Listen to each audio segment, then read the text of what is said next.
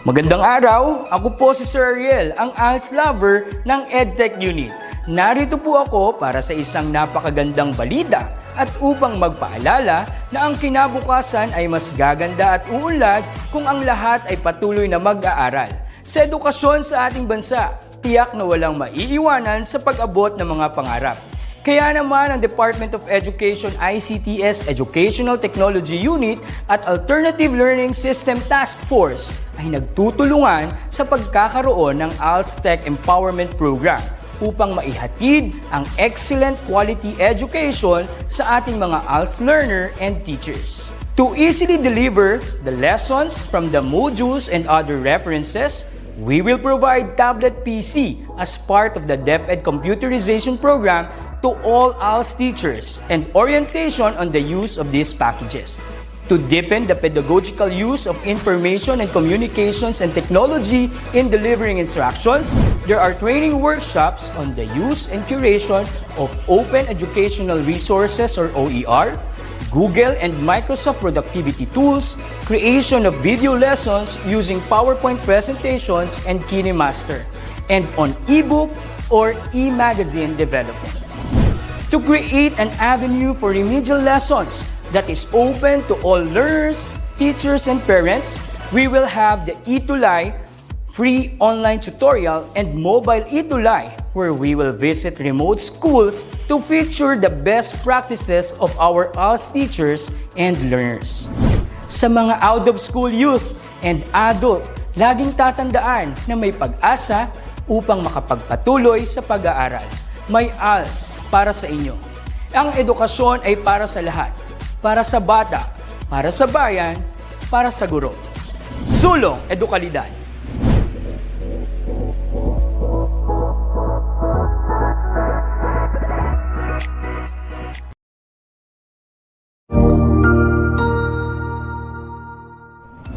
Magandang araw, Sir Wilbur po, at your service.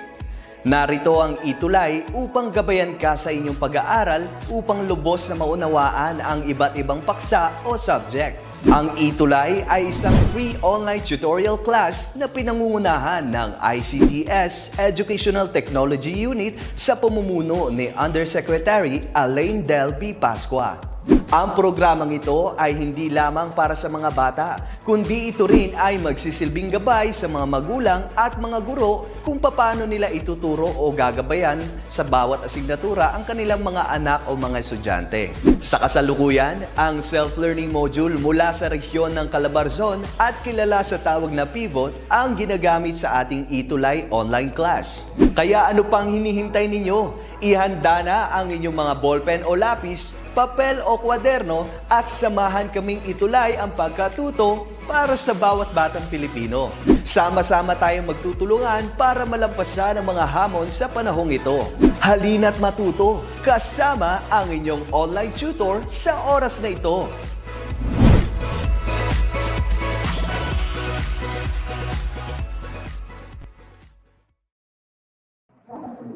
Good morning, young entrepreneurs. Welcome to ETUlay, your free online tutorial platform facilitated by excellent and inspiring educators to guide you to another level of learning experience. This online tutorial will also help your parents to guide your studies right at the comfort of your homes. Good morning to our schools division office here in Olongapo City, to our dedicated superintendent, Madam Leilani Cunanan, and to our ASDS, Dr. Mylene Minimo, our education program supervisor in EPP, TLE, TBL, Mr. Jonathan Bada, to our public schools district supervisor, Mr. Allen Tuyugon, to our very supportive school principal, Mr. Samson Bukiron, and to my group head in TBL, Mr. Richelle Quinto, and to all our faculty at New Cabalan Senior High School. Magandang umaga po sa inyong lahat. Sa ating po mga learners from Luzon, Visayas, and Mindanao, this is Tutor Wax from SDO Olongapo City na nagsasabing, huwag gawing komplikado ang pagkatuto.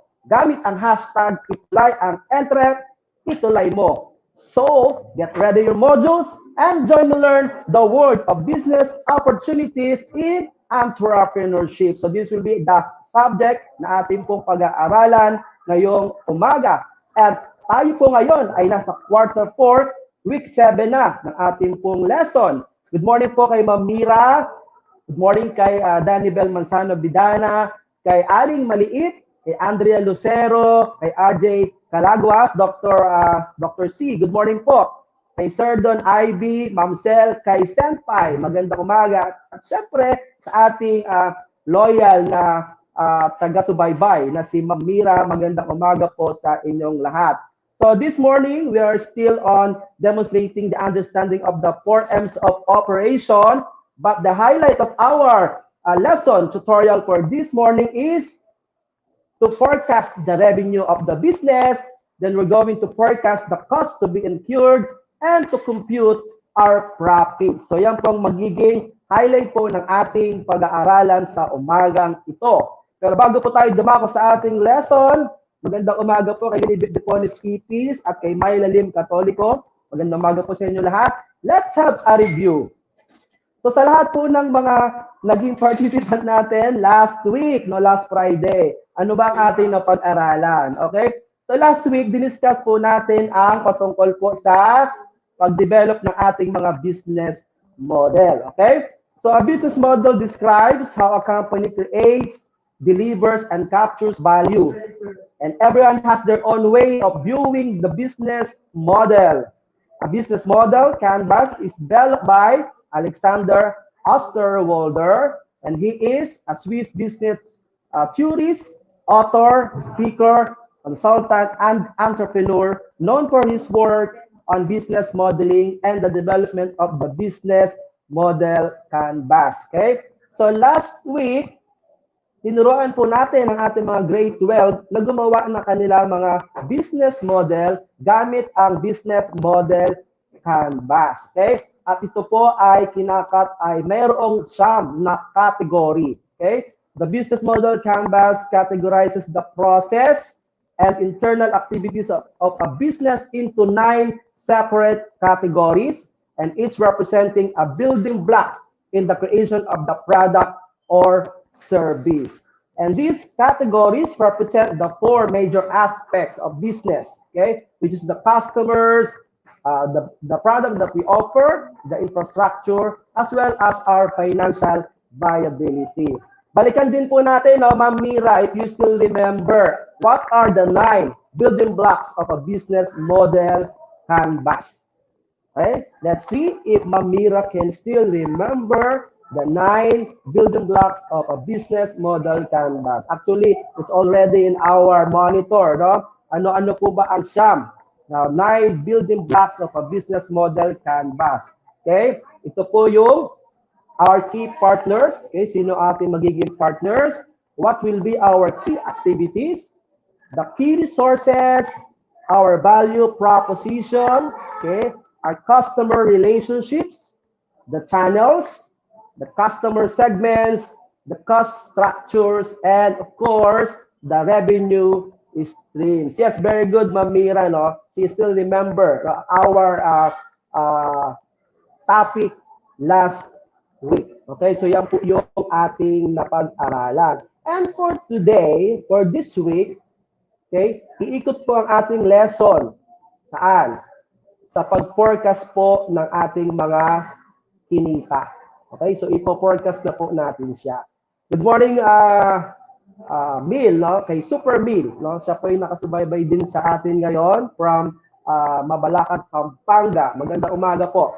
Okay, now, ang topic po natin for today is about, okay, we're going to forecast the revenue of our business. Okay, so you've likely heard hundreds of times from mentors and business experts that we need to set a budget, no, to keep your small business expenses on track. So, atin pong dapat, no, paghandaan yung ating pong pag-set ng forecast ng ating pong mga kikitain. But how do you make decisions about your budget? No, paano po tayo magde-decide with that? Like how many employees you can afford to hire, o ilan po yung empleyado o mga manpower po natin na pwede po natin makasama sa ating organization. Okay? How much you can spend for advertising? And if you don't know how much revenue you'll be bringing in coming months and years, and if you're starting a business from scratch, making revenue forecast will be particularly challenging. No? Ito po yung challenging part sa ating mga negosyante, yung ating mga entrepreneur, yung pag-forecast po ng kanilang kikitain. Okay? And with this, in order to prepare an accurate budget, we first need to develop a revenue forecast for your business. Okay, so this is an example of a revenue forecast, and this was forecasted by IC Tori. Okay, so ito po yung naging forecast nila as of October 30 last year. Okay, so ano po yung mga product po niya? Meron siyang product na Kakuto, Printastic, Easy Load. Yan po yung mga product nila. At nag-forecast po sila hanggang October. From June, July, August, September, and October, pinorcast po nila, excuse me, na sila po ay kikita ng 1,078,650 pesos. Okay? So from the product na kanila pong i-create, no, ang mga produkto na kanila pong ibebenta sa kanilang target customer, pino-forecast nila kung magkano ang kanilang kikitain, no? And of course, no, part po dyan yung gagastusin, okay, yung pambibili ng mga materyales at yung magiging tubo doon sa pagbebenta nila ng kanilang mga produkto. Okay? Now, let us discuss, no, the meaning of forecast. So what is a forecast? Okay? So let's have this as a meaning. A forecast is an educated prediction for the upcoming year about how much money your company will likely bring in, so that you can estimate what you can afford to spend and what your profit margin be like. Okay? And we will define also the revenue. What is a revenue? It is the amount of money that a company receives during a specific period, including the discounts and deductions for a returned merchandise. Good morning po kay Sir Abjil Medino from Samal, Bataan. Okay, so nakaantabi din po si Fred Gayang from UMHS High School. Okay, magandang umaga po sa inyong lahat. So, yan po yung define po natin kung ano ibig sabihin ng forecast at kung ano ibig sabihin ng revenue. Okay? So, don't worry if your forecasts are not completely accurate. No, wag po tayo problema kasi siyempre, kaya nga tayo nagpo-forecast, no?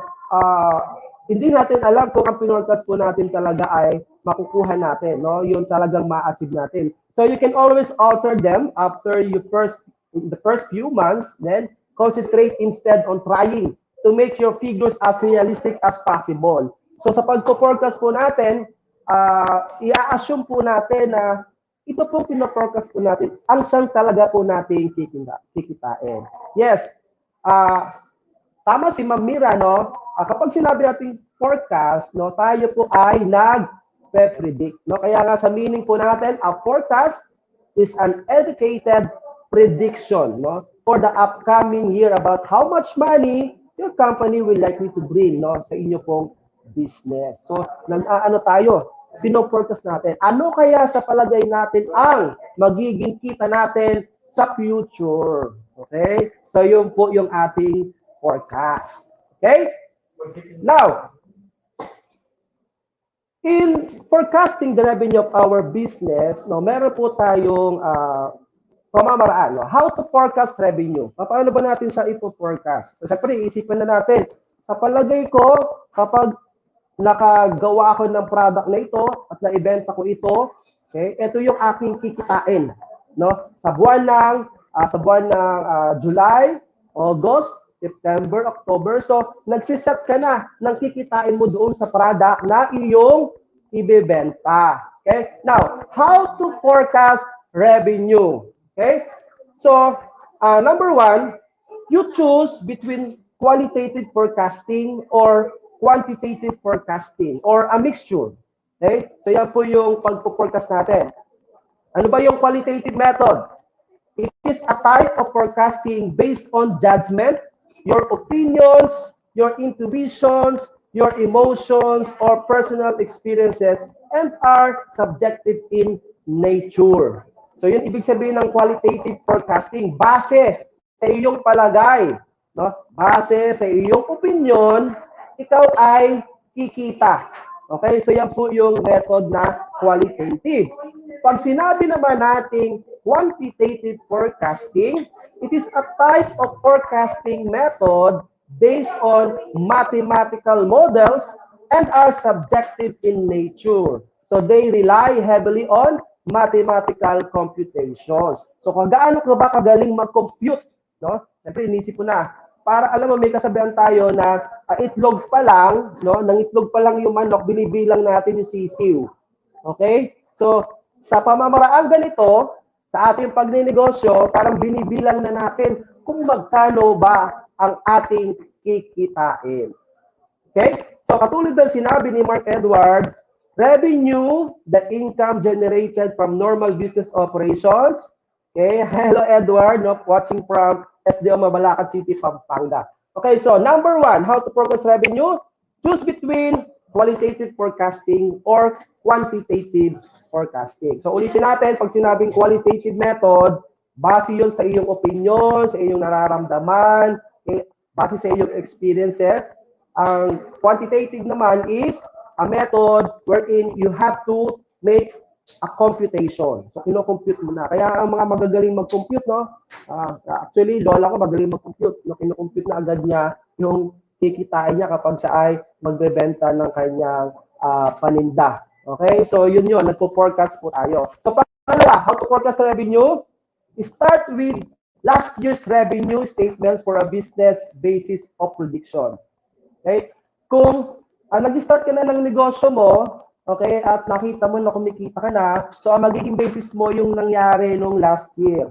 So kung ito yung nangyari nung last year, sa palagay mo, ano kaya ang mangyayari naman ngayong susunod na taon? At sa susunod pa na taon, at sa susunod pa na taon. So the thought of forecasting sales intimidates a lot of people. But actually, no, it's simply an act of looking at some raw data and making some logical assumptions from it.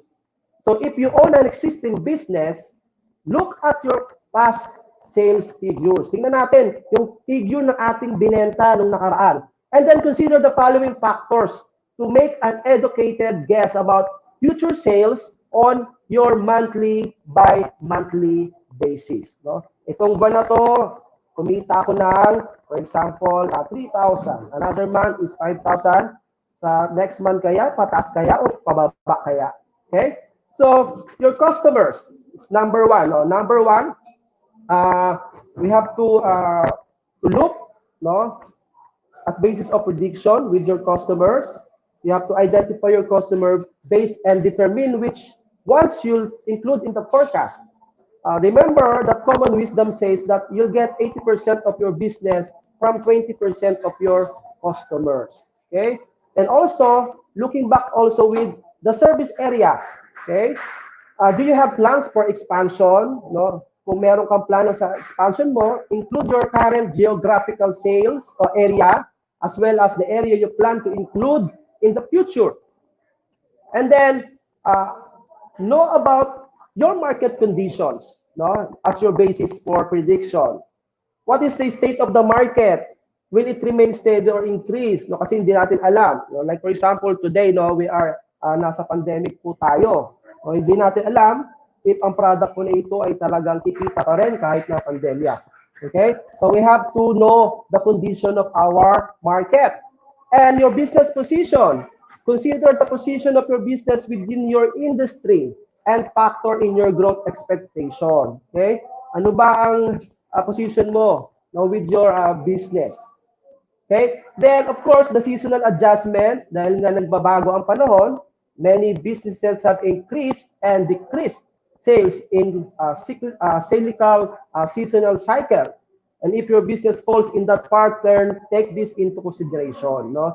Kung naging seasonal po siya, take that for consideration. Yes, that's right, Mira. No?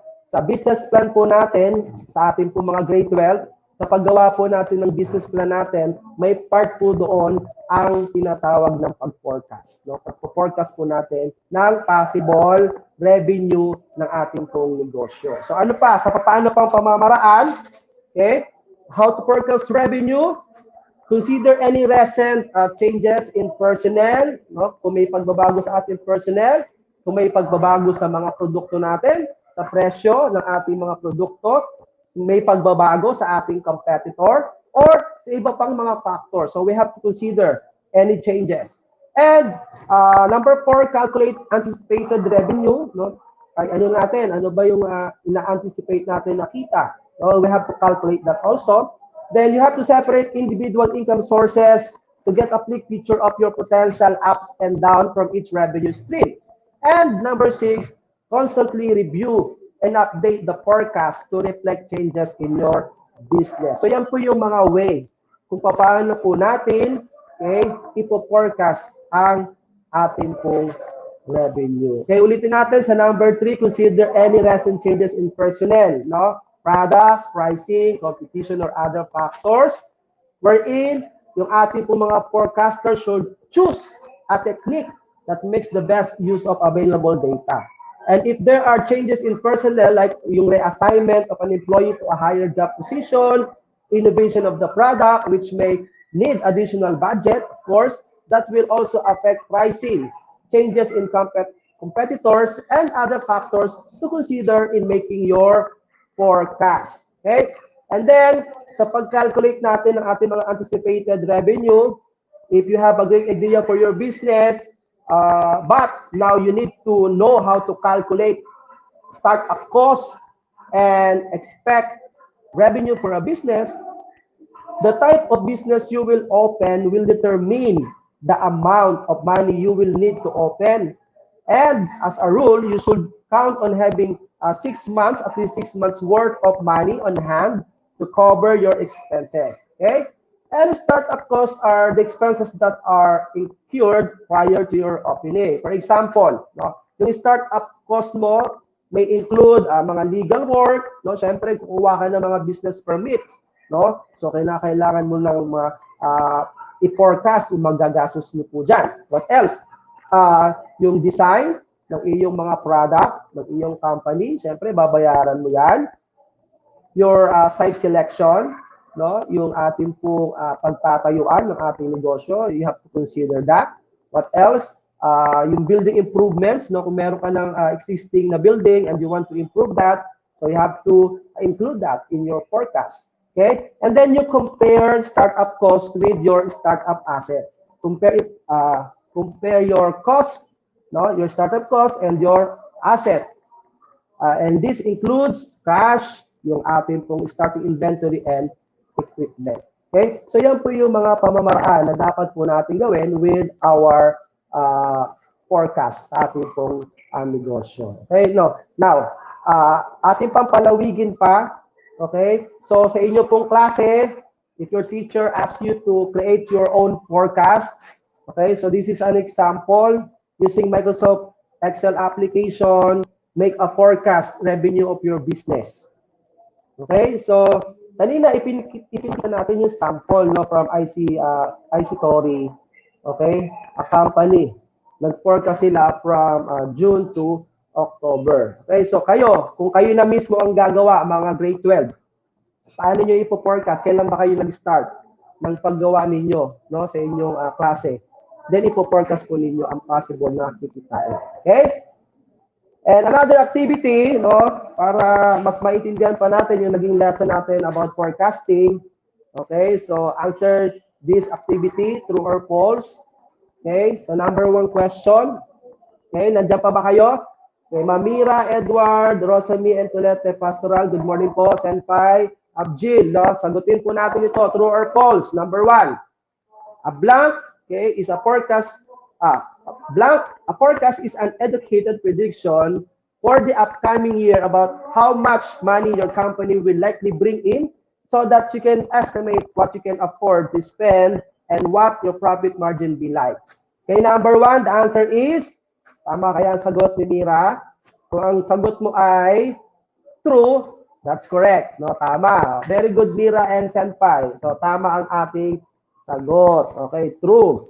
Number 2, revenue is the amount of money that a company receives during a specific period, including discounts and deductions for a returned merchandise. So what is the answer? Number 2, ang sagot ni Mira ay true. Okay, tama kaya ang sagot ni Mira? Okay? So kung ang sagot mo ay true, that's correct. Tama si Mira. Okay, true ang sagot sa number 2. How about question number 3? A qualitative method is a type of forecasting based on judgment, opinions, intuition, emotions, or personal experiences, and are subjective in nature. Okay, so number 3, anong sagot? Ang sagot ni Mira ay true. Okay? Ang tamang sagot ay true. Very good. Ang gagaling ng ating mga learners, no? Then number 4, a quantitative forecasting is a type of forecasting method based on mathematical models and are objective in nature. So ang sagot po natin dito sa number 4 ay, ang sagot ni Mira ay true. Okay, sa number 4 ay true. Yan po ang tamang sagot. Okay, very good, no? Sa inyo pong lahat na nakasagot ng tama sa ating questions. Okay? True ang sagot. Okay, now, to continue, okay, forecast the cost to be incurred, no? I-forecast natin ang cost na to be incurred. Okay? Financial forecasts assist you to meet your business goals. They are a future prediction of your business finances as compared with statement, which provides details of our actual results or progress. So predicting the financial future of your business is not easy. Totoo na, no? Hindi naman talaga madaling mag-predict. Pero dahil nga prediction niya, no, we expect na it's either na maging accurate ang iyong prediction or hindi. Okay? So predicting the financial future of your business is not easy, especially if you're starting a business and don't have a trading history. So yan po yung ma-encounter natin problem. However, forecasting and making adjustments frequently will enable you to become more accurate. No? Kung lagi ka nagpo-forecast, nagkakaroon ngayon ng accuracy ang ginagawa mong prediction. So monthly or weekly forecast may be necessary when starting your business. Experiencing rapid growth or having financial difficulties, yung regular forecast allows you to closely monitor your finances and develop strategies to fix problems before they become a major issues. So kinakailangan we do or conduct a monthly or quarterly forecast, no, para maging accurate ang ating ginagawang activity.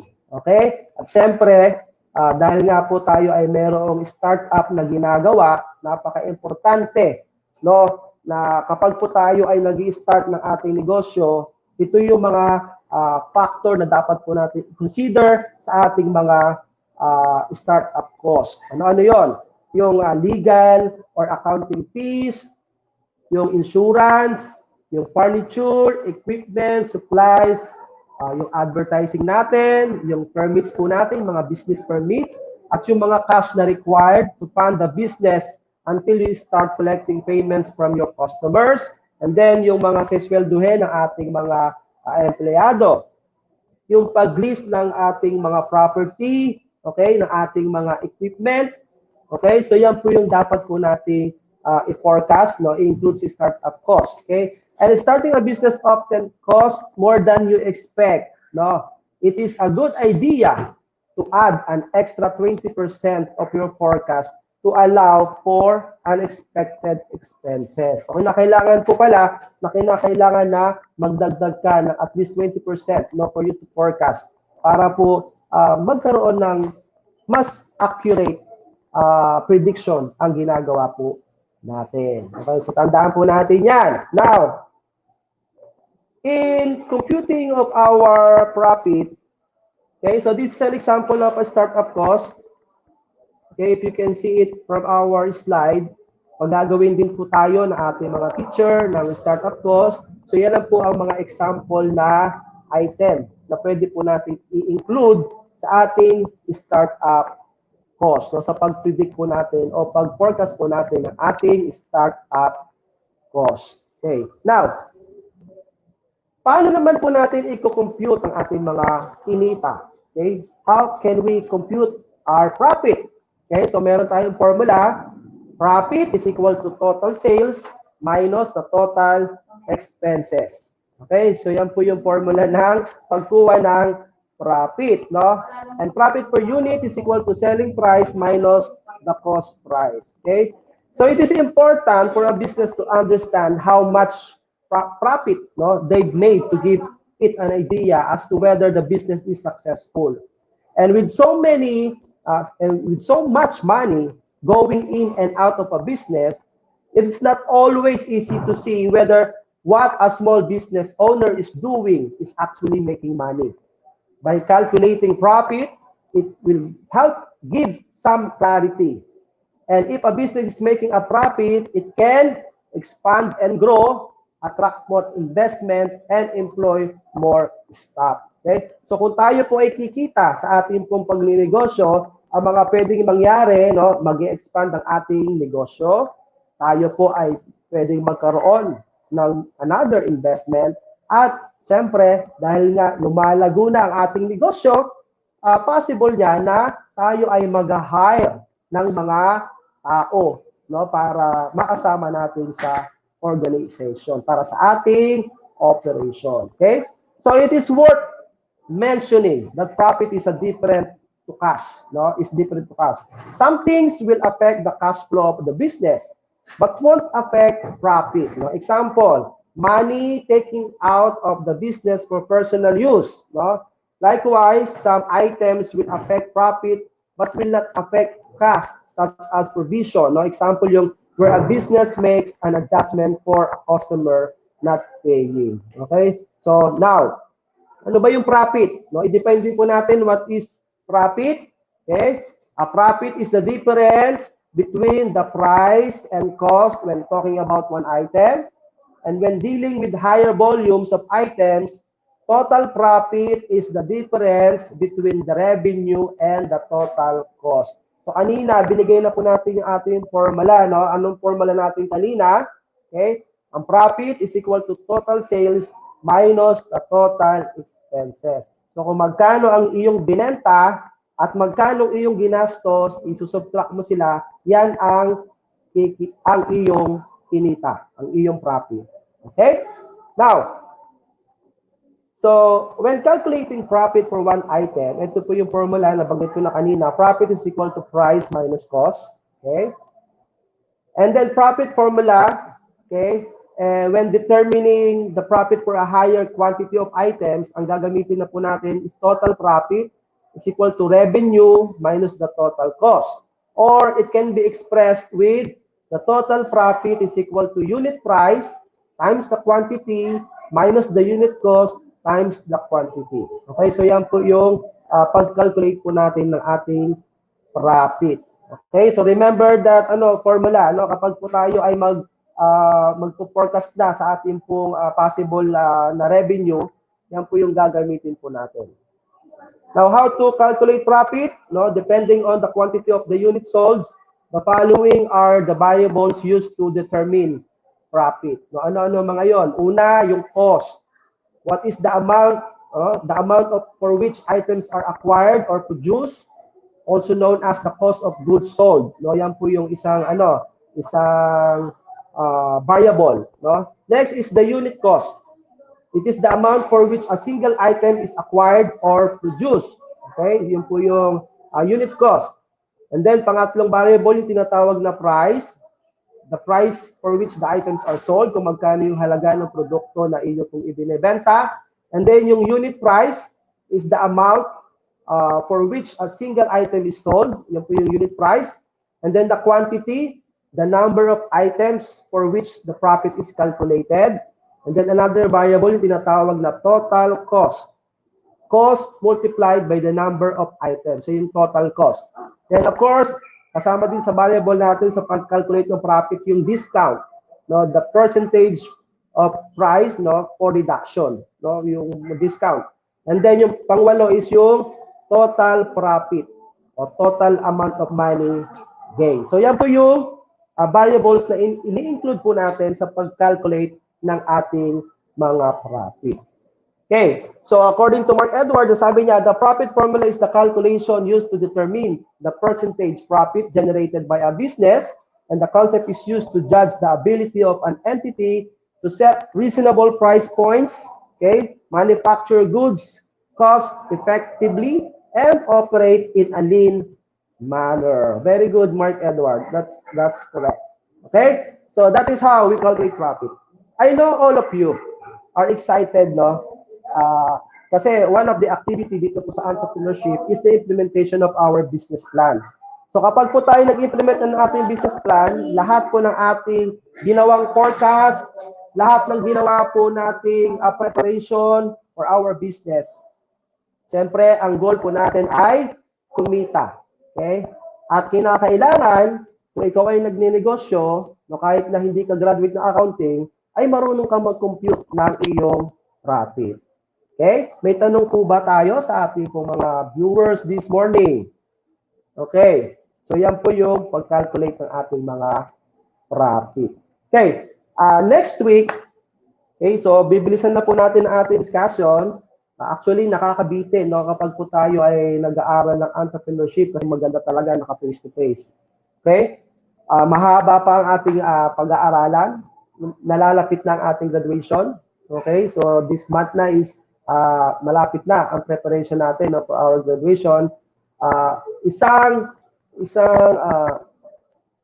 mission po ng Department of Education ay patulungan po natin ang ating mga learners na kung hindi sila makapagpatuloy ng kolehiyo, ay marunong po sila magnegosyo para sila ay kumita at makatulong sa kanilang mga pamilya. Okay? So, I think that's all for today. If you have questions, okay, if you have questions, if you have comments, suggestion, or question, you may email edtech@deped.gov.ph, and for sure, no, ating po mga edtech specialists will answer your inquiries. Okay, so that will be all for today. Next week, ipakita po natin ang ating mga pag-implement sa ating mga pinut-up na startup business. So maraming salamat po sa ating pong mga viewers this morning, especially kay Ma'am Mira.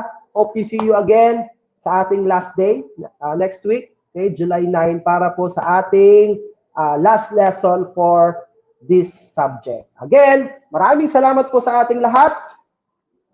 Huwag natin kakalimutan, huwag gawing komplikado ang pagkatuto. ETUlay mo. Maraming salamat po at magandang umaga sa inyong lahat.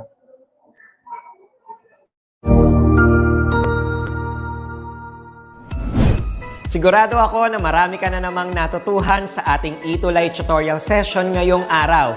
Tandaan, ito ay hindi lamang para sa ating mga mag-aaral, kundi pati rin sa ating mga minamahal na guro at mga magulang na kaagapay natin para maituloy ang pagkatuto sa kabila ng nararanasang pandemya.